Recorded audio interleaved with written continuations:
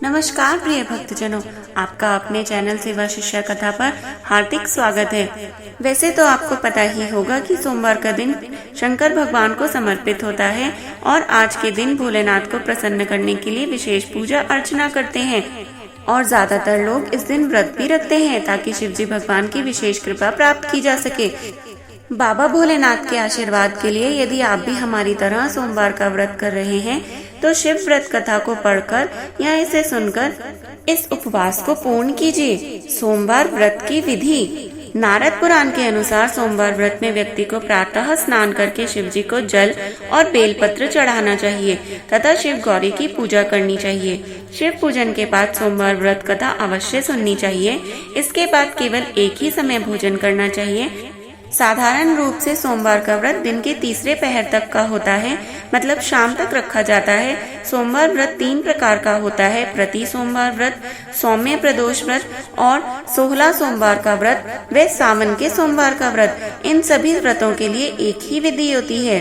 तो आइए सुन लेते हैं इस व्रत को पूर्ण करने वाली कथा। एक समय की बात है, किसी नगर में एक साहूकार रहता था। उसके घर में धन की कोई कमी नहीं थी, लेकिन उसकी कोई संतान नहीं थी। इस कारण वह बहुत दुखी था। पुत्र प्राप्ति के लिए वह प्रत्येक सोमवार को व्रत रखता था और पूरी श्रद्धा के साथ शिव मंदिर जाकर भगवान शिव और पार्वती जी की पूजा करता था। उसकी भक्ति को देखकर एक दिन माँ पार्वती प्रसन्न हो गई और भगवान शिव से उस साहूकार की मनोकामना पूर्ण करने का आग्रह किया। पार्वती जी की इच्छा सुनकर भगवान शिव ने कहा, हे पार्वती, इस संसार में हर प्राणी को उसके कर्मों का ही फल मिलता है और जिसके भाग्य में जो हो उसे तो भोगना ही पड़ता है। लेकिन पार्वती जी ने साहूकार की भक्ति का मान रखने के लिए उसकी मनोकामना पूर्ण करने की इच्छा जता दी। माता पार्वती के आग्रह पर शिवजी ने साहूकार को पुत्र प्राप्ति का वरदान तो दे दिया, लेकिन साथ ही यह भी कह दिया उसके बालक की आयु केवल 12 वर्ष ही होगी। माता पार्वती और भगवान शिव की बातचीत को साहूकार छुपकर सुन रहा था। उसे ना तो इस बात की कोई खुशी ही हुई और ना ही दुख। वह पहले की भांति शिवजी भगवान की पूजा करता रहा। कुछ समय के बाद साहूकार के घर एक पुत्र का जन्म हुआ। जब वह बालक 11 वर्ष का हो गया तो उसे पढ़ने के लिए काशी भेज दिया गया। साहूकार ने पुत्र के मामा को बुलाकर उसे बहुत सारा धन दिया और कहा कि तुम इस बालक को काशी विद्या प्राप्ति के लिए ले जाओ और मार्ग में खूब यज्ञ दान आदि करना। जहाँ भी यज्ञ कराओ वहाँ ब्राह्मणों को भोजन कराते हुए और दक्षिणा देते हुए चलते रहना। दोनों मामा भांजे इसी तरह यज्ञ कराते और ब्राह्मणों को दान दक्षिणा देते और आनंद से अपना सफर पूरा कर रहे थे। और इसी तरह से वे काशी की ओर चल पड़े। रात में एक नगर पड़ा जहाँ नगर के राजा की कन्या का विवाह हो रहा था, लेकिन जिस राजकुमार से उसका विवाह होने वाला था वह एक आंख से काना था।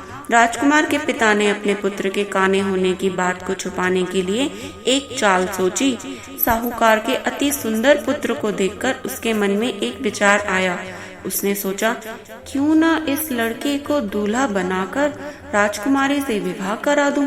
विवाह के बाद इसको खूब सारा धन देकर विदा कर दूंगा और राजकुमारी को भी अपने घर ले जाऊंगा। तो उसने यह सोचकर लड़के को दूल्हे के वस्त्र पहनाकर राजकुमारी से विवाह कर दिया। लेकिन साहूकार का पुत्र ईमानदार था।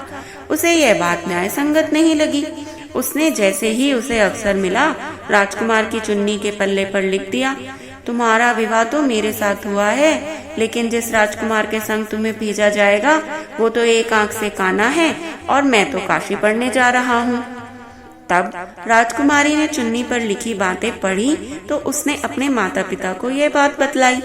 राजा ने अपनी पुत्री को विदा नहीं किया, जिससे बारात वापस चली गई और दूसरी ओर साहूकार का लड़का और उसका मामा काशी पहुंच गए और वहां जाकर उन्होंने यज्ञ किया।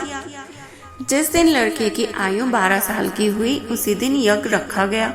लड़के ने अपने मामा से कहा कि मेरी तबीयत आज कुछ ठीक नहीं लग रही है मामा जी। तो मामा ने कहा, तुम अंदर जाकर सो जाओ। शिवजी के वरदान अनुसार कुछ ही देर में उस बालक के प्राण निकल गए। मृत भांजे को देखकर उसके मामा ने तो अति जोर से विलाप शुरू कर दिया और संयोग से उसी समय शिवजी और माता पार्वती उधर से जा रहे थे। पार्वती जी ने भगवान शिव से कहा, हे स्वामी, मुझे इसके रोने के स्वर सहन नहीं हो रहे। आप इस व्यक्ति के कष्ट को अवश्य दूर करें। जब शिव जी मृतक बालक के समीप गए तो वह बोले, यह तो उसी साहूकार का पुत्र है जिसे मैंने 12 वर्ष की आयु का वरदान दिया। हे प्रिय, अब इसकी आयु पूरी हो चुकी है। लेकिन मातृभाव से विभोर माता पार्वती ने कहा, हे महादेव, आप इस बालक को और आयु देने की कृपा करें, अन्यथा इसके वियोग में इसके माता पिता भी तड़प तड़प कर मर जाएंगे। तब माता पार्वती के आग्रह पर भगवान शिव ने उस लड़के को जीवित होने का वरदान दे दिया। शिव जी की कृपा से वह लड़का तो पुनः जीवित हो गया। शिक्षा समाप्त करके लड़का मामा के साथ अपने नगर की ओर चल दिया। दोनों चलते हुए फिर उसी नगर में पहुंच गए जहां उसका विवाह हुआ था। उस नगर में भी उन्होंने यज्ञ का आयोजन किया। उस लड़के के ससुर ने उसे पहचान लिया और महल में ले जाकर उसकी खातिरदारी की और अपनी पुत्री को विदा किया और साथ में अनेकों रत्न, बहुमूल्य वस्त्र इत्यादि भी साथ में दे दिए। इधर साहूकार और उसकी पत्नी भूख प्यास रहकर बेटे की प्रतीक्षा कर रहे थे। उन्होंने तो ये प्रण ले रखा था कि यदि उन्हें अपने बेटे की मृत्यु का समाचार मिला तो वह भी प्राण त्याग देंगे, परंतु अपने बेटे के जीवित होने का समाचार पाकर वह बेहद प्रसन्न हुए। उसी रात भगवान शिव ने व्यापारी के स्वप्न में आकर कहा, हे श्रेष्ठी, मैंने तेरे सोमवार के व्रत करने और व्रत कथा सुनने से प्रसन्न होकर तेरे पुत्र को लंबी आयु प्रदान की है। और इसी प्रकार से जो भी कोई सोमवार का व्रत करता है या कथा सुनता है अथवा पढ़ता है, उसके सभी दुख दूर होते हैं और समस्त मनोकामनाएं पूर्ण होती हैं। तो जल्दी जल्दी बोलो हर हर महादेव। और हमारी भी यह मनोकामना है कि जो भी कथा को पढ़ रहे हैं, सुन रहे हैं और भक्ति पूर्वक शिवजी भगवान के लिए व्रत कर रहे हैं, उन सब की मनोकामना शिवजी भगवान और माता पार्वती अवश्य संपूर्ण करें। ऐसी ही और पौराणिक कथाओं को सुनने के लिए हमें सब्सक्राइब कीजिए, लाइक कीजिए और अधिक से अधिक शेयर कीजिए और जपते रहें हर हर महादेव।